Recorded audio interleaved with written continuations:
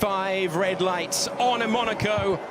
And we're underway with Pietro Fittipaldi on the left, George Russell on the right. The lights are out and we're underway around the streets of Monte Carlo with George Russell looking like he's close to the lead. Has he managed to keep it there? Will they all manage to get through Saint-Devote unscathed just about? But there was an issue for Liuzzi in the background. He's spinning. It's frantic up the hill. But George Russell's got the lead. Past Arthur Leclerc with spinning in the middle. The Alfa Romeo collecting the 2 Mercedes in the mix as well. There, what a nightmare that was for Antonio Giovinazzi, I think it was, who was going the wrong way. But there, confirmation out front that George Russell has taken the lead. Fittipaldi side by side with Charles Leclerc, trying to overtake it to Massenet. You don't see that very often, but I think he's just about, even though he was going sideways, pull that one off.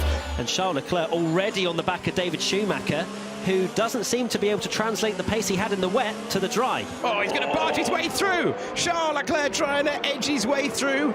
It's all a bit Schumacher and Wirtz from 1998 there. He's going to try into Portier. He's not hanging around because his brother's up the road next, and he's looking like he can pressure George Russell. Oh, that's a lunge. That's a lunge and a half, and you know, that is a fair move and an impressive one from Esteban Gutierrez, who's found his way through, and Albon's trying to go past both of them. That could end in tears, and it's ended in tears for Alexander Albon, who risked a wheel to the inside and finds himself heading back down the order. And after all of that hard work to contend for P6, he's down right now in 10th. We're on board with the Mexican driver Esteban Gutierrez as Arthur Leclerc losing time right now behind Norris, but Norris has waited for his opportunity. The driver that was simming for so long, it's great to see him in the top 3 of a virtual Grand Prix, and he's making that McLaren as wide as possible. And that is a ridiculous place to put your car. You'd never be able to do that in real life. Dodgem's time now. No. He's hit the Ferrari. He's hit the McLaren. And, oh, my goodness me. If you're wondering how long this is going to go on for, it could be a while yet. Amazing racing here. But it's Norris still hanging on to 3rd place. Look, the thing is, Arthur Leclerc, it's something I mentioned at the start of the race, he didn't want to come out in this. He didn't want to be battling Lando Norris as Esteban now sends it into... Oh, it's going to cost him. Arthur Leclerc gets 3 seconds. I think Esteban did as well. And this is just giving George Russell, here you go, 1st place. George Russell's going to be thinking, where are you all? He's thinking this is the boring race. Oh, there's even more chaos. Well, off to the Schumacher barrier at the Rascasse there for Alex Albon, and meanwhile Esteban Gutierrez now up to P6. 2 Leclercs and a Norris, and look at that! Round he goes! So Arthur Leclerc, contact with Lando Norris, and Charles Leclerc now up to P3, Gutierrez up to P4. And it is a virtual Grand Prix around Monaco and not Dodgems at a fairground. Here's George Russell into the pit lane. We've heard him super calm on the radio to his engineer, and he will easily exit. No speeding in the pit lane for him. No dramas really for him. Took the lead in the opening meters of the race, and since then everyone else has been in the barrier or spinning or crashing into each other or a variation, getting a penalty. But for George Russell, it has been smooth sailing. A 14-second lead. Lando Norris, Nicholas Latifi, in they come. So a race between crews. Norris has managed to get ahead, and Norris in 8th ahead of Latifi. Oh, then Schumacher, can he get through on Lando Norris? No, he can't, but he can get ahead of Latifi. There we go, good move for David Schumacher with the 1 stop.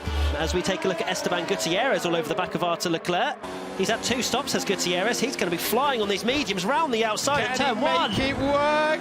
Used a little bit of Armco barrier, but he did, you know, all the way around the outside and past the Ferrari. And you've got a battle for P2. This is the fight. We've got Charles Leclerc tapping the barriers to back. That's going to give incentive to Esteban Gutierrez trying to close in. And will he try and go around the outside at the Rascasse? He's not going to be able to do that. He wants that inside line into Saint-Devote. That's what he's looking for. Through Anthony Nogue, the corner named for the founder of the race, the first edition running in 1929, now in 2020. Who's going to blink first into this corner?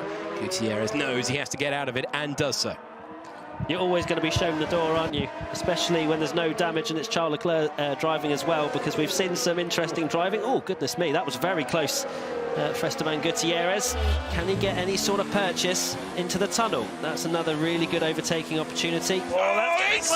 He sent him into the wall. Round goes Charles Leclerc. Esteban Gutierrez up to second position, and Leclerc just about gathers it together, but he's lost a big chunk of time there. And meanwhile, this is the battle for fourth position.